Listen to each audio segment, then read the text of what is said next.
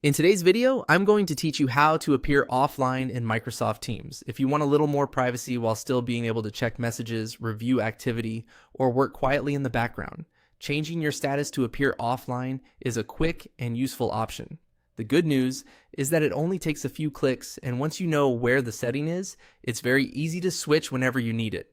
To begin, open Microsoft Teams. Make sure you're on the main Teams screen and fully loaded into the app or web version before moving on. This helps ensure the profile and status options are available and easy to access. Once you're in Teams, look to the top right corner of the screen and find your avatar or profile picture. This is the area you'll use to manage your personal account settings, including your availability status. Go ahead and click your avatar to open the account menu. After the menu appears, look for your current status.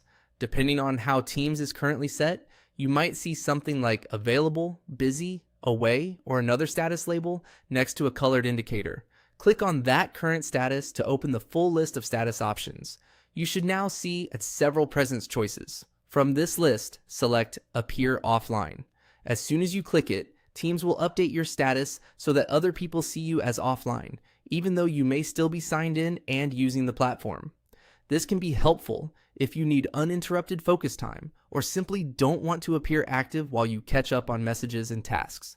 Keep in mind that although others will see you as offline, you can still use Teams normally in many cases, including reading chats, joining meetings, and navigating your workspace. If you ever want to change your status back, just return to the same profile menu in the top right corner, click your current status again, and choose a different option that fits what you need at that moment.